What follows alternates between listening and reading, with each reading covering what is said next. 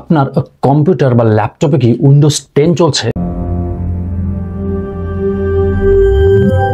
সম্প্রতি উইন্ডোজ 10 ইউজারদের জন্য একটি অশুভ বার্তা নিয়ে এসেছে সফটওয়্যারটির নির্মাতা মাইক্রোসফটের ঘোষণা অনুসারে 14 অক্টোবর থেকে উইন্ডোজ 10 অপারেটিং সিস্টেমের জন্য মাইক্রোসফট আর কোনো ধরনের সাপোর্ট বা সেবা দেবে না। অর্থাৎ নিরাপত্তা বা সিকিউরিটি আপডেট বন্ধ হয়ে যাবে, যার ফলে হ্যাকিং বা ভাইরাসের ঝুঁকি অনেকাংশে বেড়ে যাবে। বিশ্বজুড়ে প্রায় 140 কোটি কম্পিউটারে উইন্ডোজ ইনস্টল করা, আর 2025-এর জুলাইয়ের তথ্য অনুসারে এর মধ্যে 43% কম্পিউটারে উইন্ডোজ 10 ইনস্টল করা। সাম্প্রতিক এক জরিপ অনুসারে যুক্তরাজ্যে 2,10,00,000 মানুষ উইন্ডোজ 10 ব্যবহার করেন, আর সাপোর্ট বন্ধ হয়ে গেলেও আশঙ্কা করা হচ্ছে এর মধ্যে 25% মানুষ তারপরে উইন্ডোজ 10 ব্যবহার করে যাবেন। আর প্রতি 7 জনের মধ্যে একজন জানিয়েছে উইন্ডোজ 10 থেকে উইন্ডোজ 11 ব্যবহার করার জন্য তাদেরকে নতুন কম্পিউটার কিনতে হবে। ভোক্তা অধিকার সংগঠনগুলো এই সিদ্ধান্তের তীব্র নিন্দা জানিয়েছেন। তাদের মতে এটি অহেতুক খরচ বাড়াবে এবং পুরনো কম্পিউটারগুলি বাতিল হলে পরিবেশগত ক্ষতি বাড়বে। তাহলে এর মধ্যে ইউজারদের করণীয় কি? মাইক্রোসফট